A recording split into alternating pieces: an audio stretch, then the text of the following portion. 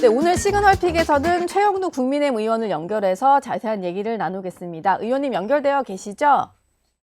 네, 안녕하십니까? 예, 바로 질문 드리겠습니다.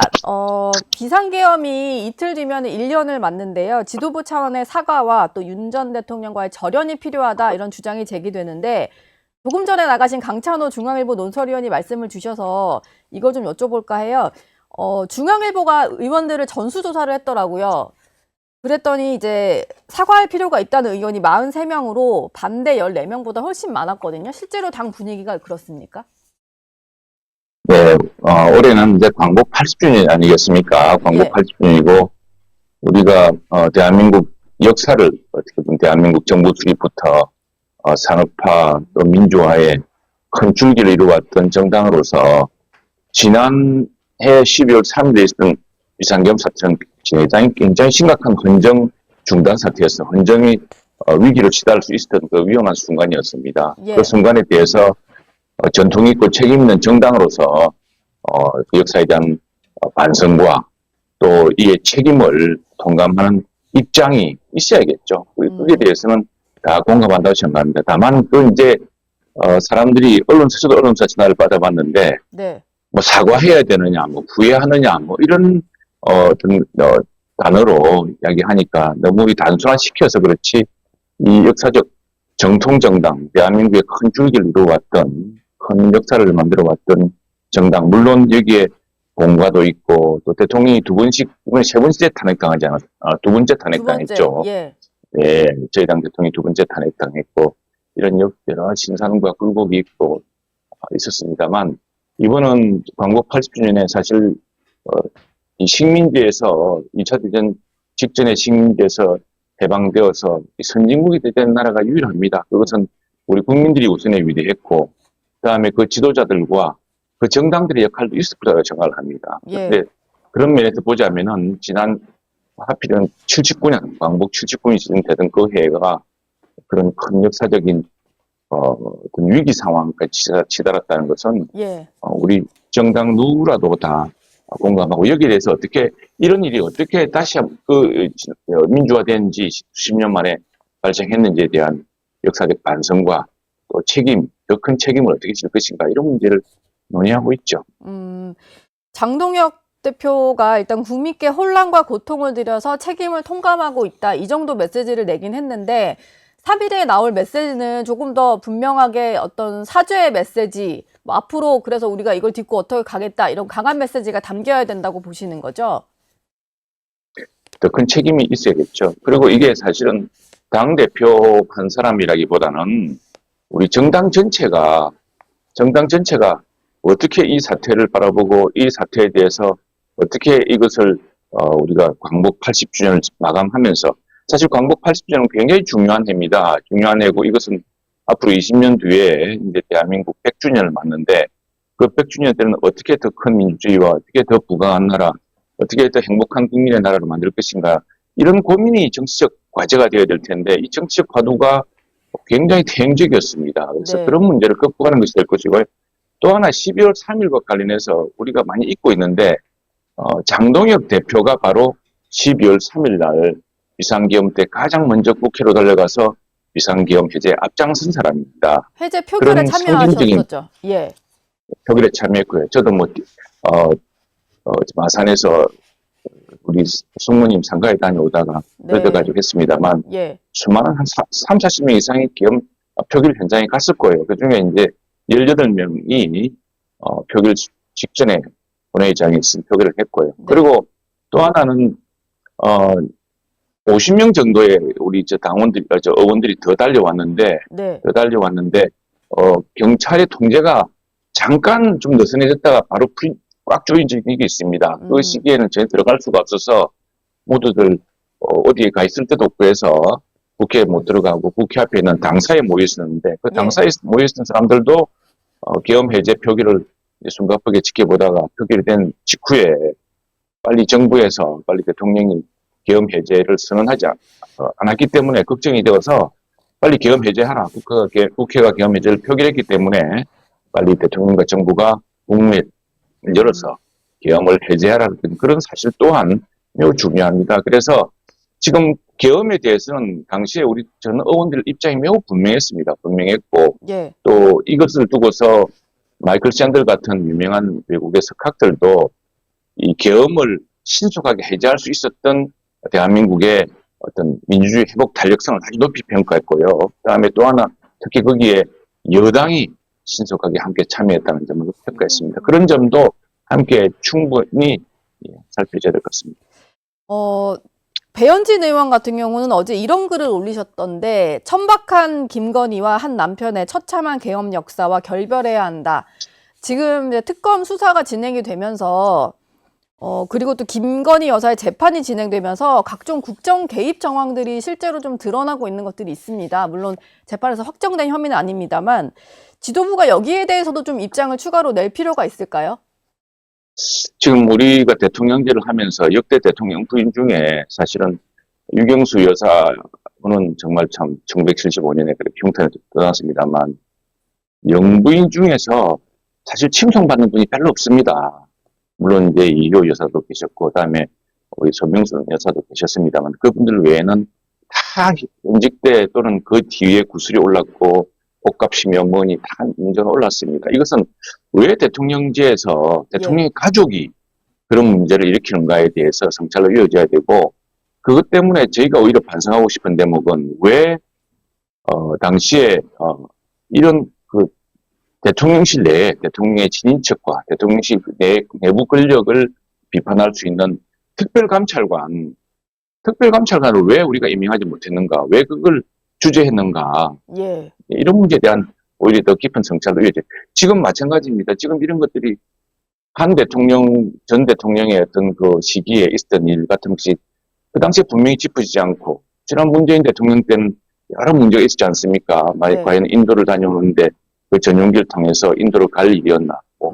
대통령의 해외 순방이 여사의 버킷리스트 아니었나? 온갖 의혹이 있었고 실제로 뒷받칠 만한 정황도 있었습니다. 네. 옷값 시비 그런 거 다 있었지만 그 다 대통령 기록물로 지금 묻어버리지 않았습니까? 그런데 역시 지금도 전직 대통령 부인에 대해서 이렇게 수사를 하면은 끝없이 또 나올 텐데 예. 이런 것들을 이제 반성적으로 극복하는 게 더 중요하다 생각합니다.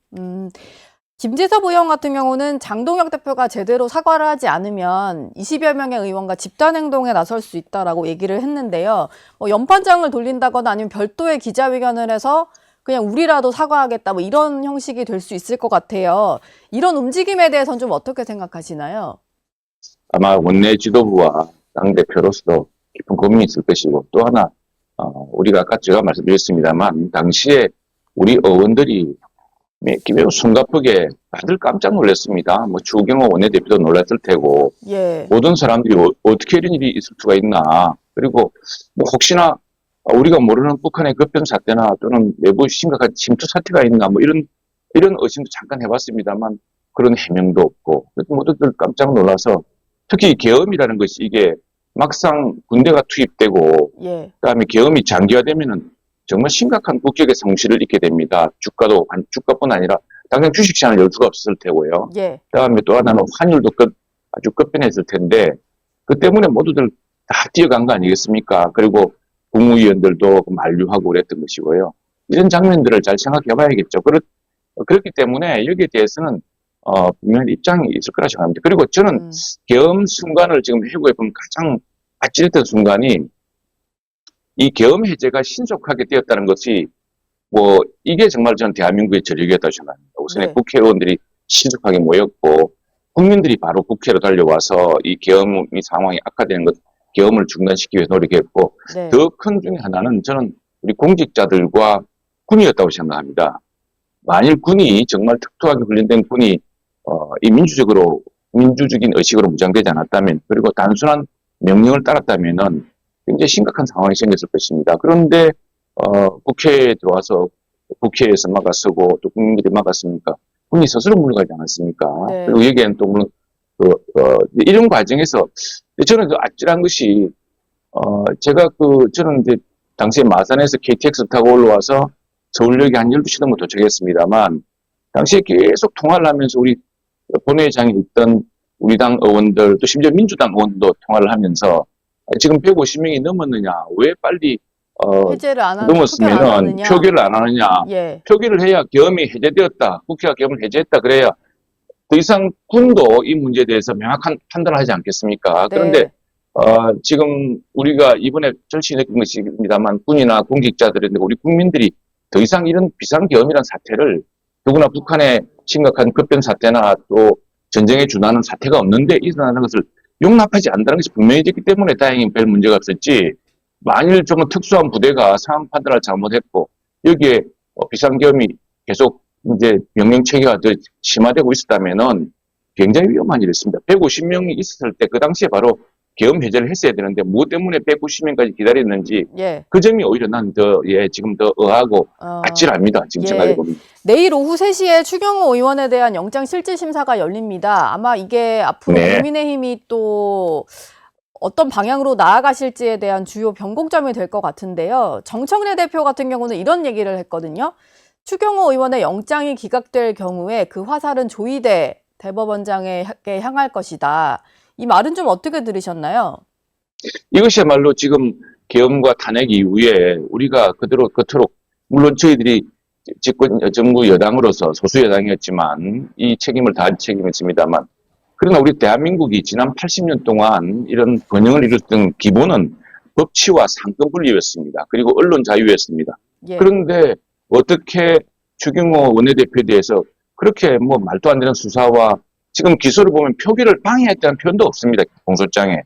그러니까 스스로 증거도 못 찾고 말도 안 되는 이야기를 하는 것이죠. 당시 상황이 모든 의원들이 참여한 그 단체 대화방에 모든 상황이 다 있고 추경호 원내대표가 그 회의를 소집해서 전체 의원들을 함께 본회의장으로 데려가기 위해서 또 이 계엄 해제 표기를 어떻게 할 것인가에 대해서 논의하기 위해서 의원총회를 계속 소집하는 장면이 있는데 그걸 가지고 무리하게 지금 뭐 계엄 해제 표기를 방해했다고 했는데 방해를 했다는 정황을 찾지 못해서 공소장에도 없습니다. 그걸 네. 어떻게 지금 수용해서 영장을 받아라 하고 그걸 안 하면은 법원의 판단을 근거로 조희대 대법원장을 협박한다는 게 이게 도대체 광복 80주년에 세계 6위권의 국력을 가지고 의회 민주주의를 한다는 나라에서 있을 수 있는 발언이 아닙니다. 더구나 제1당의 대표가 어떻게 네. 이렇게 법원을 겁박합니까? 예.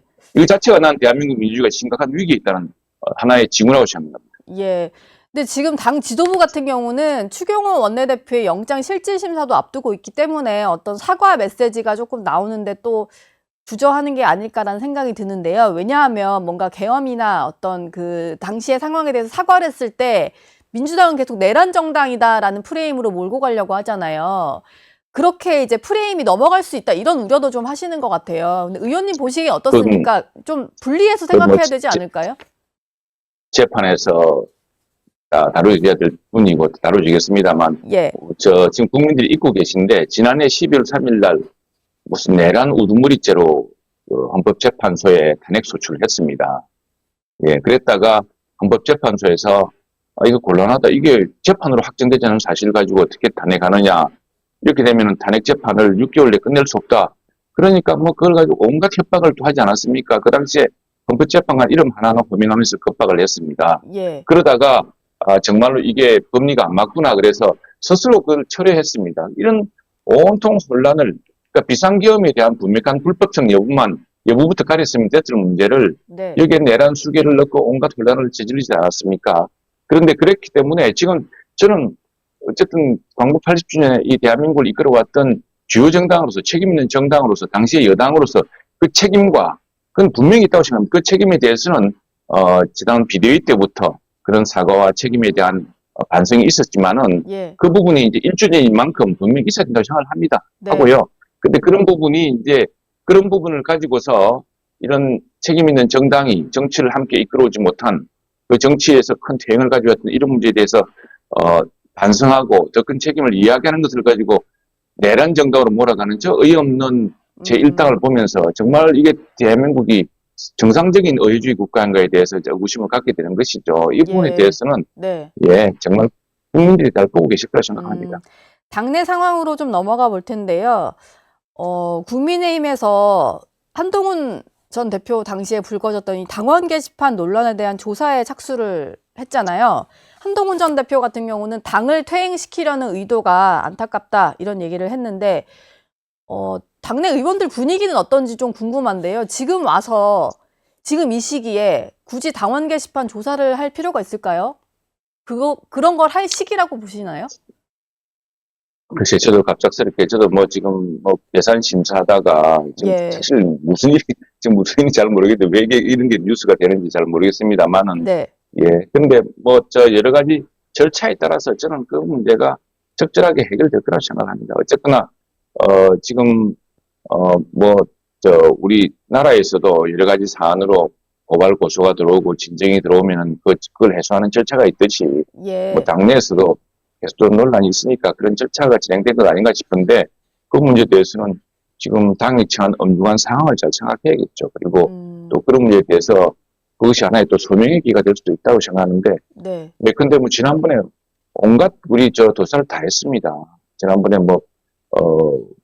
비상대책위원장의 지시에 따라서 당시에 그 대통령 선거 직전에 강제 단일화의 과정에 대한 그런 조사도 있었고 네. 모든 당에서 제기된 모든 업무에 대한 조사들이 다 있었습니다. 그런 네. 조사들이 거기에 따라서 그것들이 오히려 소명하는 절차도 될 수 있을 것이고요. 네, 그런 때문에 그 부분은 적절하게 적법한 절차에 따라서 진행되는 것이 옳다고 생각합니다. 아, 근데 이게 또 지방선거도 앞두고 있다 보니까 뭐 한동훈 전 대표가 이번 조사 과정을 통해서 문제가 드러나면 출마를 아예 못하게 된다거나 뭐 이런 식으로 원천적으로 어떤 한동훈 전 대표나 친한계의 어떤 정치적인 행보에 대해서 좀 제동을 걸려는 게 아니냐 이런 목소리들이 있더라고요.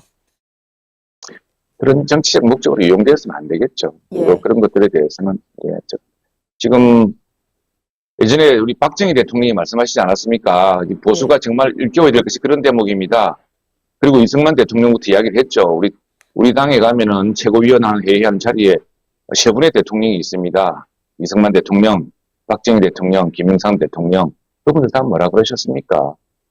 뭉쳐야 살고, 터지면 죽는다는 걸 알아야 되죠. 그런 걸 깨달아야 되고, 또 싸우면서 건설해야 되고, 지금 우리 당의 문제는 이런 책임과 반성뿐 아니라 정책 능력을 국민들에게 보여줘야 됩니다. 네. 이 환율이 급등하는 사태, 이게 IMF 때 못지않게 심각합니다. 그랬더니 지금 이 정부 여당은 보작한다는 소리가 우리 국민들이 외국 주식에 투자를 많이 했다라고 우리 국민들 탓을 하고 있습니다. 예. 이런 문제를 우리 국회의원들이 특히나 정통 정당이었던 정책 정당이었던 이런 대한민국의 산업화와 현대화, 근대화를 주대화해야 했던 정당에서 이런 문제에 대한 해법, 이런 정책을 내놓지 않고서는 국민들을 계속 실망시켜야 될 것입니다. 그런 점에서 저는 오히려 당이 전면적인 정책과 민생에 대한 책임과 미래에 대한 비전과 더 큰 민주주의에 대한 확신을 국민들에게 심어줘야 된다고 생각합니다. 예.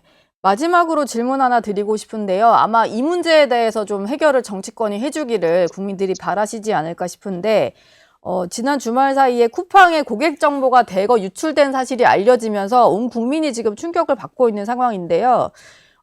거의 대부분의 국민이라고 할 수 있을 정도의 많은 인원이 피해를 입은 상태이고 5개월 전부터 유출 시도가 있었던 건데 그걸 쿠팡이 제대로 파악도 못했던 것 같아요. 이 문제 좀 어떻게 해결하실 계획이신가요? 예, 그래서 제가 마침 국회 과학기술정보방송통신위원회 야당 간사입니다. 그래서 저희가 어제 점심 때 신속하게 우리 당 상임위원회 이름으로 긴급 성명을 냈습니다. 이건 마치 일요일 아침에 적색경보, 적색공습이 이루어진 것이랑 마찬가지입니다. 예. 우리 모든 가정에 그 공동현관 출입문 비밀번호가 다 알려졌습니다. 그리고 집 주소, 무엇을 했는지, 그 가족 관계는 어떤지를 다 알게 되었습니다. 이런 정보가 더구나 상당히 위험한 이웃 국가로 지금 넘어갔다고 한다면은 이게 어떻게 국민들이 안심할 수 있겠습니까? 이 국민 안보에 대한 심각한 사안이고요. 예. 그리고 지금 보면은 이런 사안이 계속 있어 왔는데 저희가 국회에서 제가 특히 상임위원회에서 이런 문제에서 범국가적인 대응, 정부 내에서의 이런 종합 컨트롤 타워를 통해서 매우 심각하게 봐야 된다. 네. 지금 이제는 전장이라는 것이 지금 우크라이나 전장처럼 직접적인 전장도 있지만은 사이버 전장 아니겠습니까? 이 사이버 침투가 일어나서 국민들의 모든 정보를 다 훔쳐가는데 이걸 국가가 모르고 있다면은 국가의 책임이 도대체 국가는 무엇을 하는 것입니까? 그래서 저희들은 지금 긴급하게 관련된 상임위 현안 질의를 요청하고 있고요. 예. 도대체 정부는 어떻게 하는지, 정부 그동안 무엇을 했는지, 최근에는 또 업비트인가요? 우리나라 국민들의 가상자산을 북한의 그 해커 집단들이 틀어갔다는 것이 지금 알려지지 않았습니까? 네. 도대체 이런 그 사이버를 통해서 국민의 재산, 국민의 안전을 지금 위협받는 사태가 생겼습니다. 이런 사태에 대해서는 예. 그 기업은 무엇을 잘못했는지, 근데 기업이 적극적으로 신고해야 될 업무가 있을 것이고, 또 하나는 정부는 정부대로 과학기술정보통신부, 또 인터넷진흥원, 네. 또 국정원 이런 관련 기관들이 또 경찰 이런 기관들에서 이걸 총체적으로 봐야 되지 않겠습니까? 그 사이에 무엇을 했는가, 네. 누가 언제 이걸 발견했고 이렇게 심각한 것이 더구나 지금 여러 언론 보도라는 걸 보면은 6개월 전부터 어떤 징후가 있었다고 하고 네. 이것도 또 그 당시에 지금 범인으로 추정되는 사람이 그 취득한 정보를 가지고 고객을 협박하다가 드러났다는 거 아닙니까? 그러면 네. 이것은 언제 처음 신고되었는지 네. 저는 이 총체적으로 이런 사태가 SKT, KT뿐 아니라 줄곧 이어져 왔는데 왜 이것들이 제대로 대응되지 않고 점점 더 확산되는가? 네. 여기에 나는 진짜 심각한 문제가 있다고 생각합니다. 이 문제는 예. 저희 당에서 철저하게 대응할 것입니다. 그리고 지금 아마도 정부 여당에서는 이것을 가지고 이게 지금 해외 국가의 배후 문제, 또 현 정부의 책임, 현 정부 기관의 책임 이런 것들 때문에 자꾸 축소하려는 또는 이 문제를 그냥 무마하려고 할지 모르겠는데 전 정부 탓을 이거는 하더라고요. 정말 예. 심각한 탓입니다. 전 정부에서 생긴 일입니까? 네. 그리고 제가 이 정부 들어와서 이 사태가 생기면서 빨리 국정원 저는 이렇게 하게 됐습니다. 예. 미국의 9.11이 터지기 전에 알카에다가 뉴욕을 공격하기 전에 FBI, CIA 그리고 미 국방부의 보안사령부에 해당하는 국군기무사령부에 해당하는 DIA 이런 것이 다 알았습니다. 네. 심지어 FBI는 거의 체포할 뻔했는데 이 세 기관의 정보가 통합되지 않아서 알카에다가 9.11 테러를 저지르고 유유히 도망갔다고 하지 않습니까? 네. 지금 문제는 네. 우리 정부 기관 간의 유기적 협조 이 문제에 대한 민간 기업에 대한 일률적인 어떤 가이드라인 이런 것들이 총체적으로 없는 상황입니다. 왜 이걸 복구하지 않습니까? 네. 그러면 왜 지난 정부에서 없었다면 지난 정부 이후에 수없이 많은 일이 지금 터지고 있고 제가 야당 의원으로서 야당 의원들이 수차례 지적했는데 왜 그걸 진작하지 않았습니까?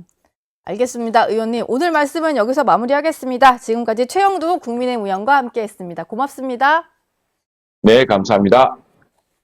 저희 영상 많이 시청해 주시고요. 좋아요, 구독, 댓글, 알림 설정 꼭 부탁드리겠습니다.